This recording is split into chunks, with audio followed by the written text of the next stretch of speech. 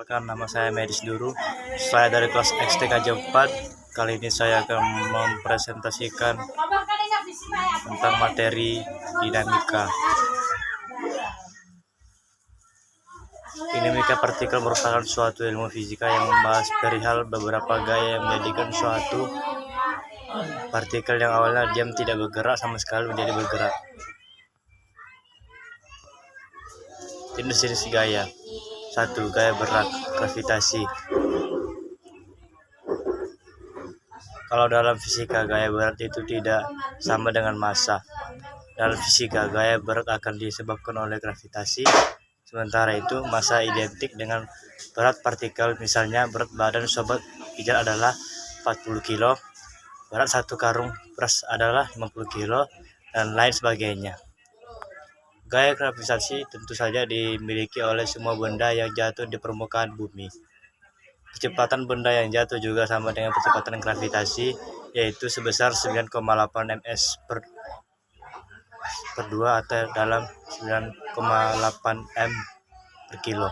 Namun untuk memudahkan sobat pijar dalam memahami dinamika partikel, bisa juga menggunakan 10 ms per 2, mengabaikan hambatan udaranya.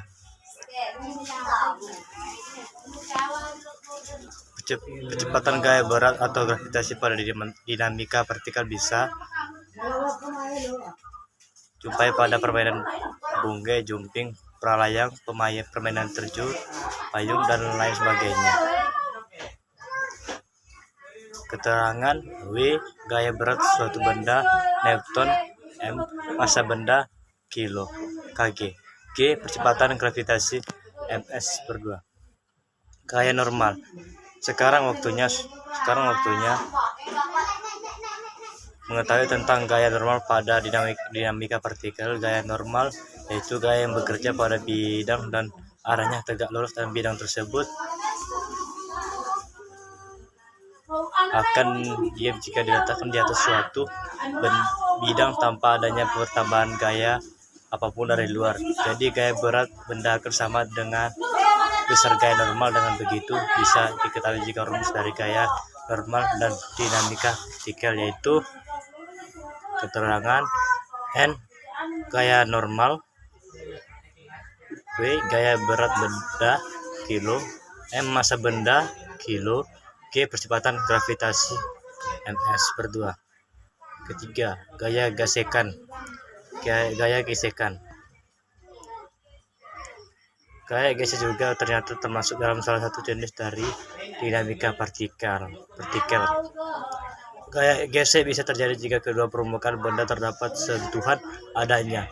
Maka adanya hambatan pada benda yang bergerak terjadi karena gaya gesek. Misalnya sobat pijar bisa membandingkan antara bola yang dilemparkan di atas lantai. Permukaan mulus dengan bola yang digelincirkan di atas tanah yang penuh batu. Menurut sobat pijar, yang mana nih yang bola yang gerak lebih lancar dan jauh? Artinya bola yang di atas lantai, bukan? Hal ini bisa terjadi karena permukaan lantai lebih halus daripada permukaan tanah yang penuh batu.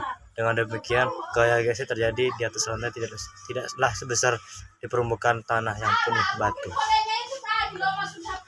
Gaya gesek statis. Keempat, gaya gesek statis artinya adalah diam. Jadi gaya gesek ini adalah gaya yang hanya terjadi pada benda yang diam. Nah, dengan begitu rumus gaya gesek statis pada dinamika partikel adalah sebagian berikut. Keterangan: PS sebesar gaya gesek statis Newton. US koefisiensi gesek statis, dan gaya normal Newton. Gaya gesek kinetis. 5. Gaya gesek kinetis pada dinamika partikel kebalikan dari gaya gesek statis. Gaya gesek yang satu ini hanya terjadi pada saat benda yang sudah bergerak. Berikut ini adalah rumusnya gaya gesek kinetis pada dinamika partikel. Keterangan: FK besar gaya gesek kinetis Newton. UK koefisien gesek kinetis. N gaya normal N Newton. Sekian.